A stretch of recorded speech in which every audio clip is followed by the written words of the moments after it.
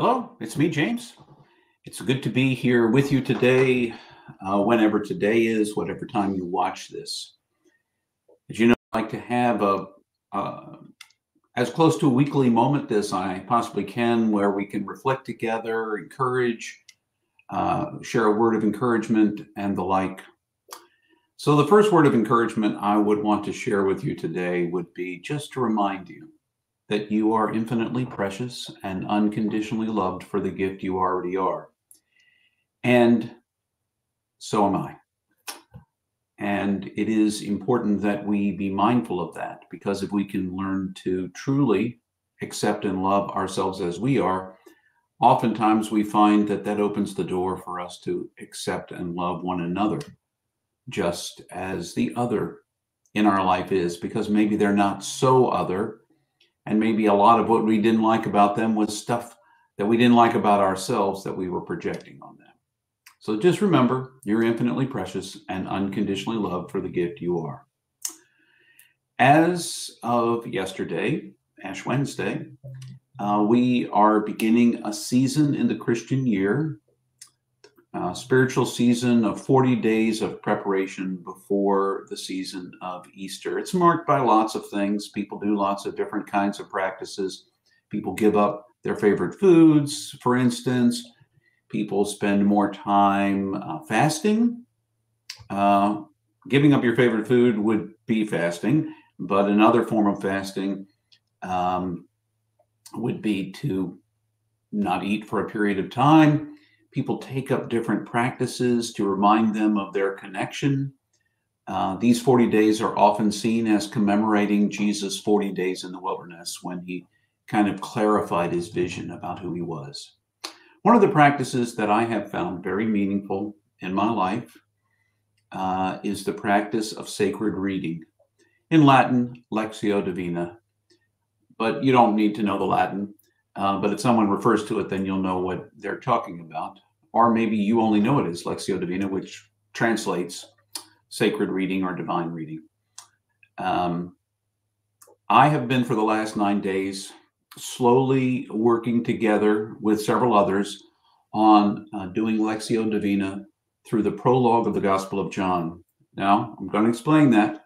The prologue of the Gospel of John is the first 18 verses of chapter 1 of the Christian Bible's story of Jesus' life, entitled John. And those first 18 verses kind of set themselves apart because they may have been an early Christian hymn or something else altogether. But I have come to believe, and scholars seem to say, that this sets the tone for the whole rest of the book, that these 18 verses really kind of point to what it's about. So I wanted to do a deep dive. And by deep dive, starting 9 days ago and continuing until this coming Tuesday, I am trying to read the first 5 verses of the first chapter of the Gospel of John aloud 3 times, and then listen for what images arise. Now, you might think, it's 5 verses. I mean, what images arise? Does it ever change? Do you hear the same thing over and over again?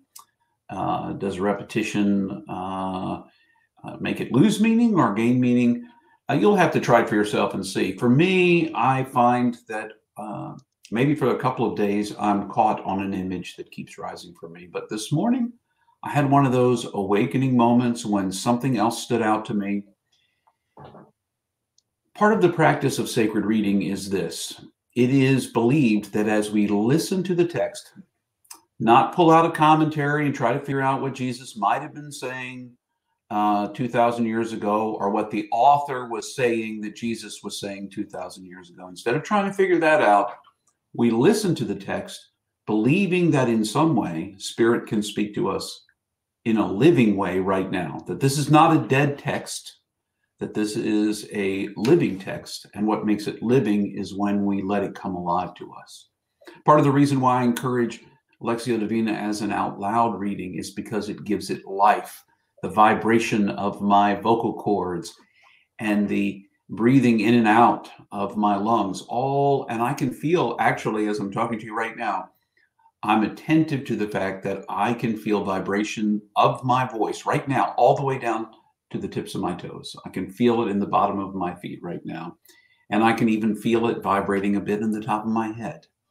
So those vibrations open us up perhaps to hear or see something different. Sometimes when we read things just to ourselves, which is the way we're ultimately taught to do, to read and just follow it with our eyes, our mind does this wonderful thing for us of correcting things that it doesn't see, or skipping over words that don't make sense to it. And so we miss things. Reading it aloud and then reading it 3 times allows us to hear different things each time, perhaps. So this Thursday morning, my 9th day, meant to be my 9th day. I didn't make all 9 days, but my 9th day of lectioning this passage, I heard something rise in me. So what I thought I'd do for you today is just read the text for you once, let you listen to it, and then I'll tell you what image rose for me and why I think it was important in shaping today. Just like all the messages I've received from the same 5 verses have spoken to me things I needed to hear in other days as well, and oftentimes in surprising ways. So I'm reading to you from the Common English Bible. You can read any version you want if you want to do Lectio Divina. In fact, over these last 9 days, I've been trying to change up my version from not every day, but regularly, so that I can hear from different translators, because all translations are interpretations. They're not literal. They are attempts to render the original words. And so they're all interpretations. So I want to hear as many interpretations as I can and perhaps understand what it might be saying to me. But any interpretation, any version you choose will be just fine. So these are the first 5 verses of the Gospel of John, and I want you to listen. You can even close your eyes. You don't have to watch my mouth or watch me even this moment. Listen with me, if you would, and listen for a word from the Lord. Reading today from the Gospel of John, chapter 1, beginning in verse 1. In the beginning was the Word, and the Word was with God, and the Word was God. The Word was with God in the beginning. Everything came into being through the Word, and without the Word, nothing came into being. What came into being through the Word was life, and the life was the light for all people. The light shines in the darkness, and the darkness does not extinguish the light.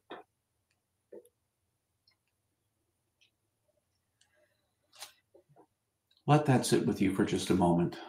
It sat with me in a variety of ways over these last 9 days, but this morning, this was the image that stuck with me. These words, and I heard, the life was the light for all people.